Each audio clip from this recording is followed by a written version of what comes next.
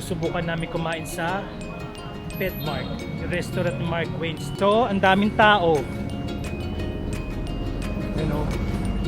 Yung kung gaano karaming kumakain. Naghihintay pa doon sa kabilang side. Ayan.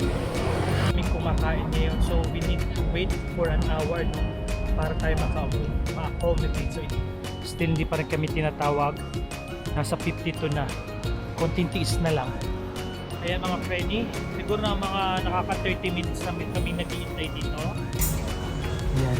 At last, after an hour, tinawag rin tayo sa Petmark.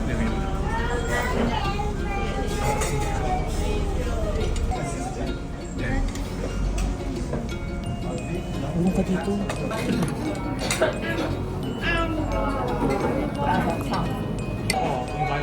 Medyo maanghang muna. Yung mga kinakain doon para makakain yun din sa tabi-tabi.